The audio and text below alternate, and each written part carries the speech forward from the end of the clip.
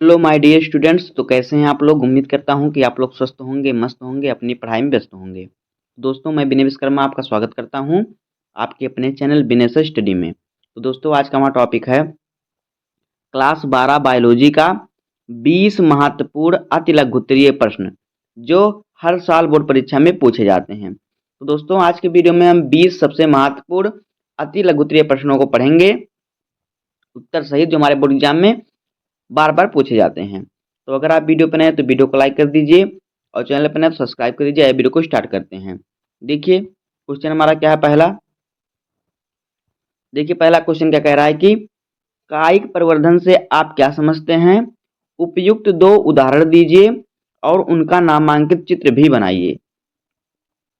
कह रहा है कि कायिक प्रवर्धन क्या होता है, उसे समझाइए और उपयुक्त के 2 उदाहरण दीजिए और उनका नामांकित चित्र बनाइए। तो आइए इसका उत्तर लिखते हैं। देखिए यहाँ पे देखिए, उच्च श्रेणी के पौधों में बीज यानी अंडाशय एवं बीजांड को छोड़कर शेष कायिक भाग से नए पौधे का निर्माण कायिक परिवर्धन कहा जाता है। यानी उच्च श्रेणी के जो पौधे हैं, जो उच्च श्रेणी के पौधों में जो बीज होता है उसमें अंडाशय एवं बीजांड को छोड़कर शेष जो कायिक भाग होता है उससे नए पौधे का निर्माण होता है। यही कायिक परिवर्धन कहलाता है। इस विधि द्वारा निर्मित पौधों की आकारिकी एवं आनुवंशिकी संरचना मात्र पादप के समान होती है। जो पौधे कायिक परिवर्धन विधि द्वारा बनाए जाते हैं, निर्माण किए जाते हैं, उनका जो आकार होता है और उनकी संरचना होती है मात्र पादप की तरह होती है। जिस प्रकार से बीज, जहां से बीज लिया जाता है उसी प्रकार से पौधे होते हैं। अब आगे देखिए, कायिक प्रवर्धन के 2 प्रकार। तो देखिए, कायिक प्रवर्धन के 2 प्रकार होते हैं। नंबर 1 है प्राकृतिक कायिक प्रवर्धन और दूसरा है कृत्रिम कायिक प्रवर्धन। तो देखिए कायिक प्रवर्धन के उदाहरण। अब देखिए कायिक प्रवर्धन के उदाहरण। पहला है कलम द्वारा। तो देखिए कलनिक कटिंग। तो देखिए इस विधि में तने, जो तना होता है यानी कलिका युक्त जो होता है जिसमें कली लगी हो, तो इस विधि में वह तना जिसमें कली लगी हो, तना कल के युक्त के छोटे छोटे टुकड़े काट कर उसे उचित स्थान पर मिट्टी में दबा देते हैं। यानी उस पौधे के तने को काटकर, जो तना कली युक्त हो उसे काटकर मिट्टी में दबा देते हैं। इन टुकड़ों को 2 विधि से भूमि में दबाया जाता है, जैसे कि गुलाब, कैक्टस, अनानास, गुड़हल जैसे पौधों के तने को भूमि में ऊर्ध्व दिशा में दबाया जाता है, यानी सीधी दिशा में। इसे खड़ी कलम कहते हैं। कुछ दिन बाद इन कलिकाओं से नए पौधे बन जाते हैं। गन्ने के कलम को भूमि में क्षैतिज दिशा में दबाया जाता है, भूमि में पूरा सीधा रख के दबा दिया जाता है अंदर की तरफ। इसे पड़ी कलम कहते हैं। यानी देखिए यहाँ पे जो जो पौधा इस प्रकार से लगाया जाए खड़ा, ये क्या होता है, इसे खड़ी कलम कहते हैं। और जो पौधा इस प्रकार से जमीन के अंदर लगाया जाता है काटकर, उसे कहते हैं क्या, पड़ी कलम। तो गन्ना पड़ी कलम में लगाया जाता है और गुलाब, कैक्टस, अनानास, गुड़हल ये खड़ी कलम में लगाया जाता है। तो इस प्रकार से ये सभी पौधे हैं जो इनका तना काटकर जमीन में गाड़ देते हैं तो नए पौधे निकल आते हैं।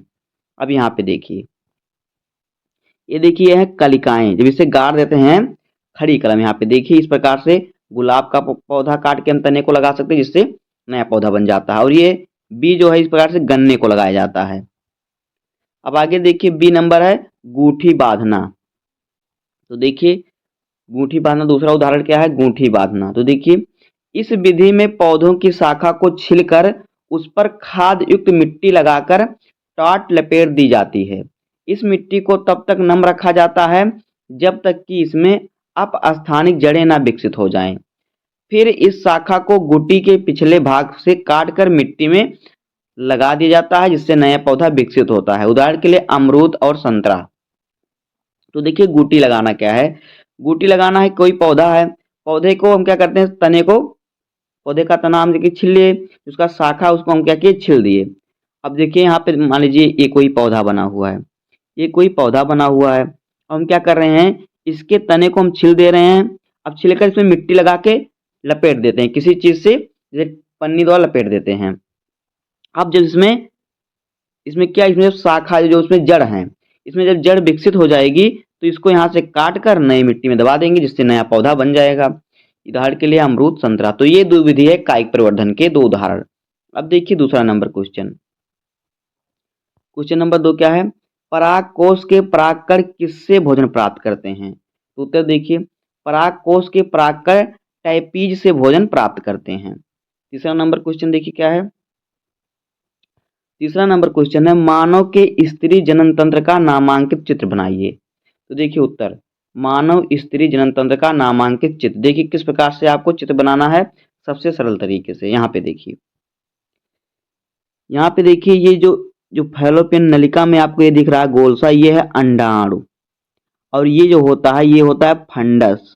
और ये जो होती है नलिका ये होती है अंडवाहिनी नलिका, जो ये नलिका है। आगे देखिए क्या है, इसे कहते हैं अंडाशय, जो यहाँ पे उसे अंडाशय कहते हैं। और ये जो होता है ये जो है इसे कहते हैं गर्भाशय गुहा। और ये जो बगल का भाग होता है इसे कहते हैं अंतः गर्भाशय, अंतःशय गर्भाशय का अंदर का स्तर। और देखिए, और इस पूरे को क्या कहते हैं? इस पूरे को कहते हैं गर्भाशय। और यहाँ पे देखिए, यहाँ पे जो छोटा सा गर्दन की तरह भाग है ये देखिए, ये है ग्रीवा, इसे कहते हैं ग्रीवा। और ये जो है ये योनि है। तो इस प्रकार से हो जाता है मादा जनन तंत्र का नामांकित चित्र। इस प्रकार से आपको बनाना है। अब देखिए क्वेश्चन नंबर 4 क्या है? नस्ल शब्द से आप क्या समझते हैं? पशु प्रजनन के कोई दो उद्देश्य लिखिए। तो देखिए उत्तर, नस्ल देखिए पालतू पशुओं के वर्गीकरण का एक सूचक है। जो नस्ल है पालतू जो पशु होते हैं उसका क्या है? एक सूचक है, जिनमें उनके रंग, रूप, व्यवहार आदि लक्षणों के आधार पर एक ही प्रजाति के जानवरों को भिन्न भिन्न समूहों में वर्गीकृत किया जाता है। तो देखिए नस्ल क्या है? जैसे कि देखिए गाय है, तो गाय में भी अलग अलग की नस्ल होते हैं। उनके किसी कलर के आधार पर, व्यवहार के आधार पर और रंग रूप के आधार पर। किसी में सींग बड़ा होता है, किसी में सींग छोटा होता है। तो लोगों का अलग अलग जात में वर्ण किया गया, अलग अलग नस्ल में उन्हें बांटा गया है। जैसे कि कोई हो जाता है जर्सी गाय से कहते हैं, और जैसे होते हैं मतलब बहुत से नाम हो, जैसे कि जर्सी गाय होता है और फिर देहाती गाय होता है। इस प्रकार से उसमें हर जानवर में अलग अलग नस्ल होते हैं पालतू पशुओं में।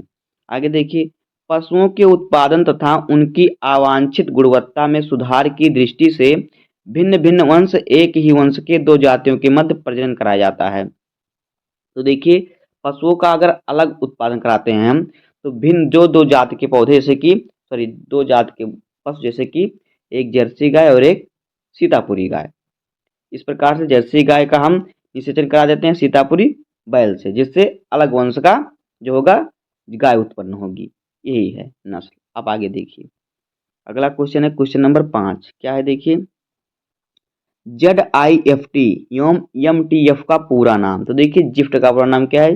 ZIFT। जी गॉट, जेड से होता है जी गॉट, आई से इंट्रा, एफ से होता है फालिनपियन और टी से होता है ट्रांसफर। तो ये होता है जिफ्ट का पूरा नाम। उसके बाद है MTP। तो देखिए यम का अर्थ होता है मेडिकल, टी का होता है टर्मिनेशन ऑफ, पी का होता है प्रेगनेंसी। अब देखिए अगला क्वेश्चन क्या है? क्वेश्चन नंबर 6 क्या है? IVF तथा GIFT का पूरा नाम। तो देखिए IVF का पूरा नाम क्या होता है? IVF का पूरा नाम होता है इन विट्रो फर्टिलाइजेशन। क्या? In vitro fertilization. और GIFT का पूरा नाम क्या होता है? देखिए जी से होता है गैमीट, आई से होता है इंट्रा, एफ से होता है फैलोपियन और टी से होता है ट्रांसफर। तो गैमीट इंट्रा फैलोपियन ट्रांसफर, ये होता है जिफ्ट का पूरा नाम। अब देखिए क्वेश्चन नंबर 7 क्या है? कह रहा है कि टर्नर एवं क्लाइनफेल्टर सिंड्रोम में गुणसूत्रों की संख्या कितनी होती है? तो देखिए उत्तर, टर्नर यानी टर्नर, यहाँ हमारा हेडिंग है टर्नर। तो देखिए टर्नर सिंड्रोम गुणसूत्रों से संबंधित रोग है। जो टर्नर सिंड्रोम होता है ये एक रोग है, एक गुणसूत्र से संबंधित है। इसमें गुणसूत्र के कम व ज्यादा होने से रोग होता है। तो देखिए इस रोग में मादा का यक्ष गुणसूत्र, जो यक्ष गुणसूत्र लिंग गुणसूत्र से गायब हो जाता है। जो मादा होती है उसका यक्ष गुणसूत्र कम हो जाता है। गुणसूत्रों की संख्या 46 के स्थान पर 45 ही रह जाती है टर्नर सिंड्रोम में। उसके बाद देखिए क्लाइनफेल्टर सिंड्रोम में, देखिए यहाँ पे तो टर्नर सिंड्रोम में कितने गुणसूत्र रहते हैं? 45। और देखिए टर्नर सिंड्रोम में क्या होता है, सॉरी क्लाइनफेल्टर में, तो इसमें एक गुणसूत्र बढ़ जाता है। तो देखिए क्लाइनफेल्टर सिंड्रोम गुणसूत्रों से संबंधित रोग है। इस रोग में यक्ष गुणसूत्रों की अतिरिक्त प्रतिलिपि XXY बन जाती है। यह पुरुषों में होता है। अतः क्लाइनफेल्टर में गुणसूत्रों की संख्या 46 के स्थान पर 47 से जाती है, यानी एक यक्ष गुणसूत्र बढ़ जाता है, जिससे जो ये इस प्रकार के जो बच्चे होते हैं उन्हें उनमें देखिए उनमें लड़कियों की जैसा उनका रंग रूप होता है, उनकी शरीर की बनावट लड़कियों की जैसी होती है, उनका स्तन विकसित रहता है, आवाज होती है लड़कियों की तरह, उनका व्यवहार भी लड़कियों की तरह होता है। अब देखिए अगला क्वेश्चन क्या है, क्वेश्चन नंबर 8 देखिए क्या है, मेंडल के पृथक्करण के नियम को समझाइए। तो देखिए मेंडल का पृथक्करण का नियम, तो देखिए मेंडल का यह नियम युग्मकों की शुद्धता का नियम भी कहलाता है। किसी लक्षण को संतति तक ले जाने वाले कारक अलग अलग हो जाते हैं तथा यह कारक अगली पीढ़ी में जाने से पूर्व पुनः युग्म बनाता है। इस कारण माता तथा पिता के संतति के कारक संतति में अपना प्रभाव दिखाते हैं। ये होता है मेंडल के पृथक्करण का नियम। उदाहरण देखिए, जैसे कि जब F1 पीढ़ी में प्राप्त संतति का स्वयं संकरण कराया जाता है, यानी जब F1 पीढ़ी में जो होता है, जो संतति प्राप्त होती है, लंबापन बौनापन जो होता है, तो बनने वाली जो संतति होती है, जो संतति प्राप्त होती है, उसे क्या करते हैं, उसका फिर से स्वयं में संकरण कराते हैं। तो बनने वाली संतानियों में फिर से लंबेपन एवं बौनेपन का लक्षण परिलक्षित हो जाता है। तो यही होता है पृथक्करण के नियम का उदाहरण। यहाँ पे देखिए यफ जनरेशन में जो हमारे जो लक्षण दिखाई दिया है, उसके बाद जब इसका स्वयं में संकरण कराए हैं, यहाँ पे देखिए कैपिटल टी का संकरण हुआ स्मॉल टी से और स्मॉल टी का कैपिटल से एक बार, फिर एक बार हुआ है कैपिटल टी का कैपिटल टी से, एक बार देखिए इसका एक बार दोनों से होगा, एक बार इसका एक बार दोनों से होगा। तो यहाँ पे जो हमारा बनेगा, यहाँ पे देखिए शुद्ध लंबे पौधे, शुद्ध बौने पौधे, और यहाँ पे क्या बनेगा, हाइब्रिड टाल प्लांट। तो इस प्रकार से जीनोटाइप होगा 1:2:1 के अनुपात में, और फिनोटाइप होगा 3:1 के अनुपात में। ये हो जाएगा मेंडल का पृथक्करण का नियम। अब देखिए क्वेश्चन नंबर 9 क्या है, कह रहा है कि डीएनए में पाई जाने वाली 4 न्यूक्लियोटाइड इकाइयों के नाम लिखिए। तो देखिए उत्तर, डीएनए में पाई जाने वाली 4 न्यूक्लियोटाइड इकाइयों के नाम हैं एडेनिन, ग्वानिन, थाइमिन और साइटोसिन। और अगर आपको आरएनए पूछे कि आरएनए में पाई जाने वाली 4 न्यूक्लियोटाइड इकाइयों के नाम, तो आपको लिखना है एडेनिन, ग्वानिन, यूरेसिल और साइटोसिन।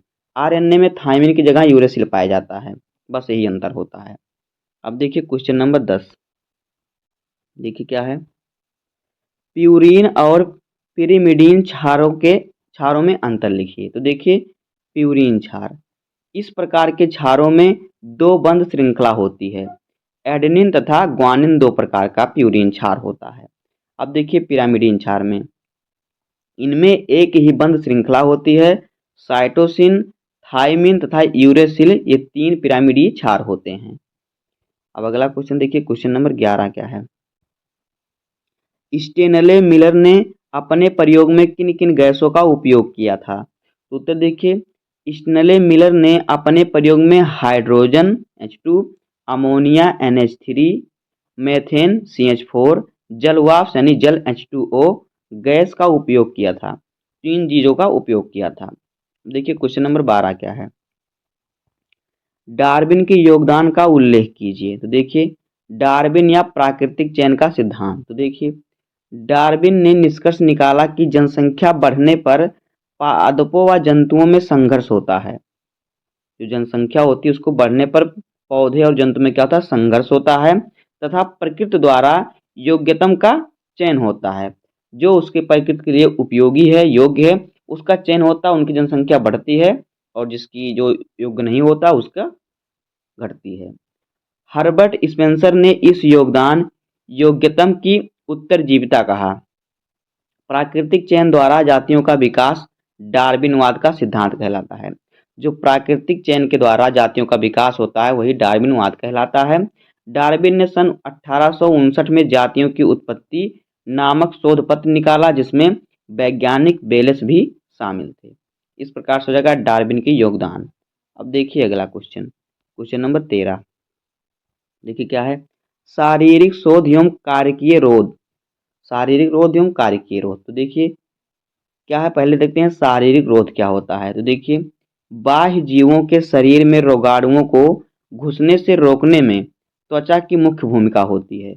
जो बाहर के सूक्ष्म जीव होते हैं, रोगाणु होते हैं, हमारे शरीर में घुसते हैं, तो उन्हें रोकने में जो हमारा चमड़ी होता है, जो हमारी स्किन होती है, उसकी महत्वपूर्ण भूमिका होती है, सबसे बड़ी भूमिका उसकी होती है, वो रोकता है।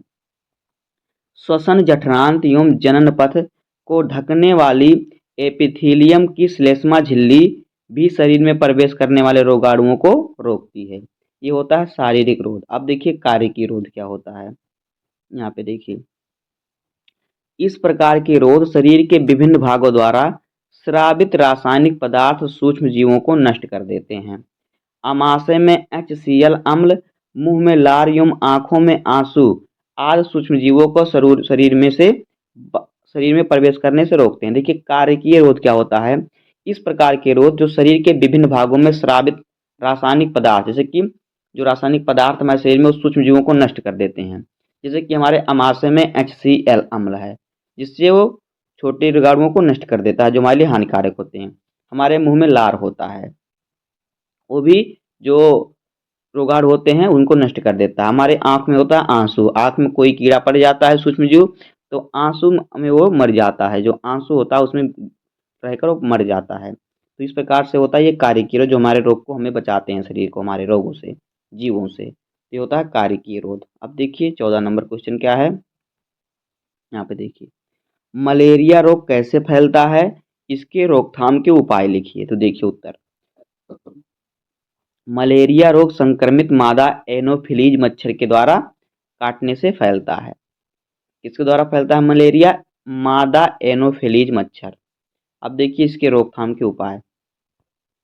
मलेरिया के रोकथाम के उपाय नंबर 1 देखिए, घरों में DDT या फिट छिड़काव कर, या फिर नेफ्था गंधक, पाइमिरिप्रम और तार कैंपर जलाकर मच्छरों को नष्ट कर देना। उसके बाद दूसरा देखिए क्या है, दूसरा है आवासीय क्षेत्रों में उसके आसपास पानी को जमा नहीं होने देना। तो इस प्रकार से हम मलेरिया से बच सकते हैं।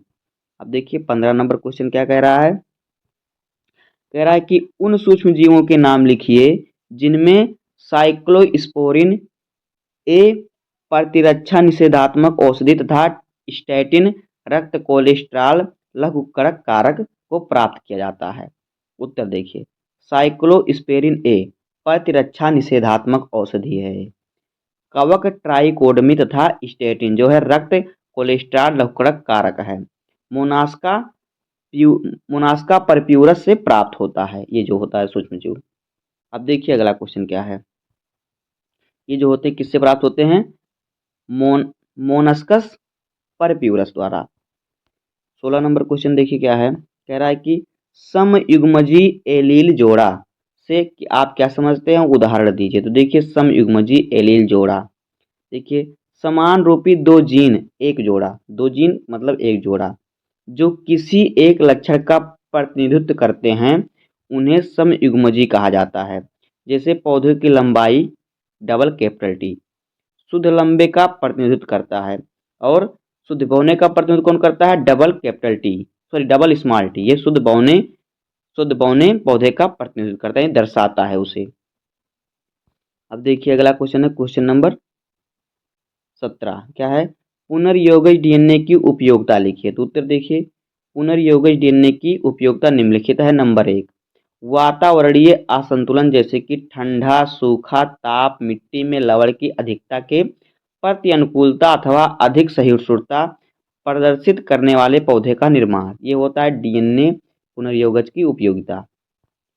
दूसरा है देखिए क्या, दूसरा है खाद्य पदार्थों के पोषक स्तर में वृद्धि जैसे कि गोल्डन राइस का विकास जिसमें विटामिन ए की प्रचुर मात्रा पाई जाती है। ये डीएनए पुनर्योगज से बनता है, उसी द्वारा इसका निर्माण होता है। तीसरा है मृदा उर्वरता की छीड़ होने से बचाना, जो मिट्टी है उसकी उर्वरता को खत्म होने से बचाना। चौथा है पौधे द्वारा खनिज उपयोग क्षमता में वृद्धि, इसके द्वारा जो पौधे होते हैं अधिक खनिज का उपयोग करते हैं, वृद्धि करते हैं जिससे। पांचवा है पीड़कनाशी प्रतिरोधी फसलों का विकास, जिससे कि ऐसे डीएनए पुनर्योगों से ऐसे फसल का विकास करते हैं हम लोग जिससे कि उसमें कीड़े नहीं लगते। अब देखिए 18 नंबर क्वेश्चन क्या है, बायोरिएक्टर का संक्षिप्त वर्णन कीजिए। तो देखिए बायोरिएक्टर, बायोरिएक्टर एक बड़े पात्र के समान होता है जिसमें सूक्ष्मजीवों, पादपों, जंतुओं या मानव कोशिकाओं के संवर्धन से प्राप्त कच्चे पदार्थों को जैविक रूप से विशिष्ट उत्पादों एवं एंजाइम आदि में परिवर्तित किया जा सकता है। जो बायोरिएक्टर होता है ये एक बड़ा पात्र यानी बड़ा बर्तन के समान होता है जिसमें क्या होता है, सूक्ष्म जीव, पौधे और जंतु या मानव कोशिका का क्या होता है, संवर्धन जो है इकट्ठा करके कच्चे पदार्थों को जैविक रूप में विशिष्ट यानी रख सकते हैं और इसको एंजाइम एंजाइम बना सकते हैं, इसका एंजाइम हम एंजाइम इसको परिवर्तित कर सकते हैं। आगे थे बायोरिएक्टर वांछित उत्पाद की प्राप्ति के लिए अनुकूलतम परिस्थितियां जैसे कि आधारी पदार्थ, ताप, पीएच मान, विटामिन, लवण या ऑक्सीजन जैसे आदि में क्या कराता है, उपलब्ध कराता है जो बायोरिएक्टर होता है।